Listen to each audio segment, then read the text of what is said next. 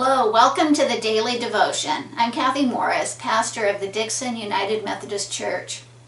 One of the things I really appreciate about the Gospel of Mark is just how direct it is.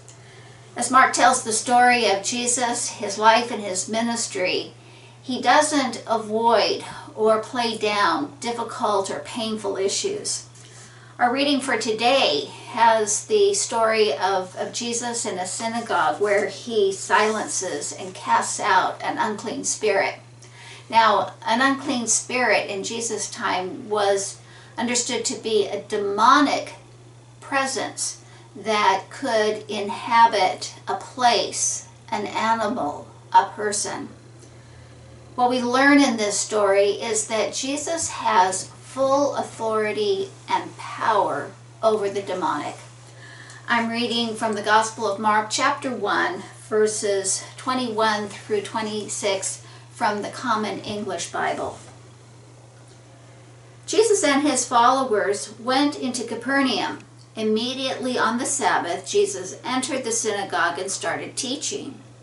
The people were amazed by his teaching, for he was teaching them with authority, not like the legal experts.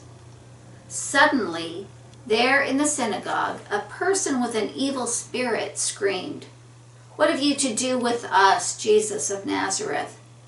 Have you come to destroy us? I know who you are.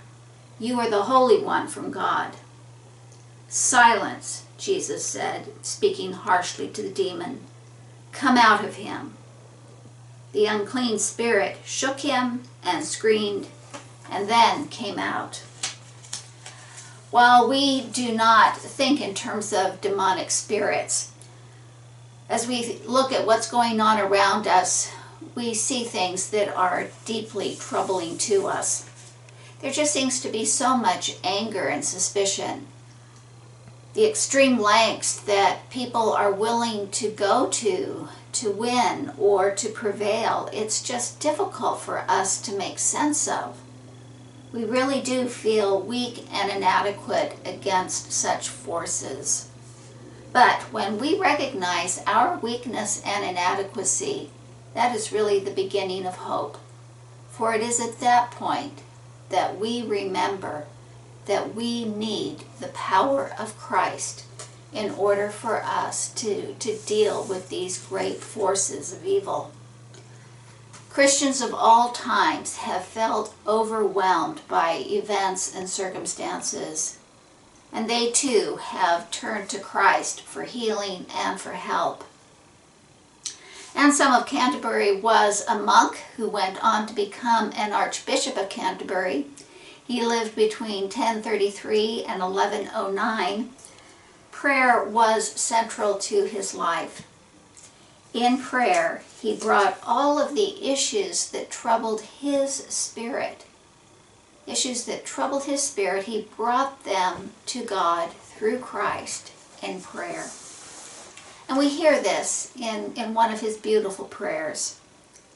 "We bring before you, O Lord, the troubles and perils of people and nations, the sighing of prisoners and captives, the sorrows of the bereaved, the necessities of strangers, the helplessness of the weak, the despondency of the weary, the failing powers of the aged.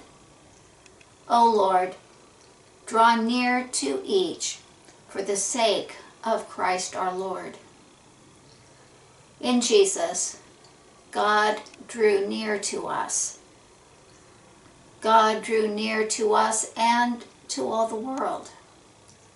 As he drew near, he cast out demons, healed the sick, brought justice and peace.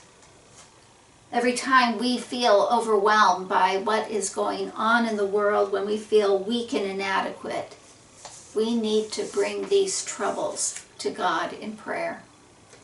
For a prayer exercise, what I'd like to encourage you to do is to write down either 2 or 3 really troubling issues that you find yourself really bothered by. Just create that list. And then to create for yourself a little altar, a little worship center, and then place your list there in that little place of worship. As you do this, may you feel that deep and abiding peace of Christ that is with us always.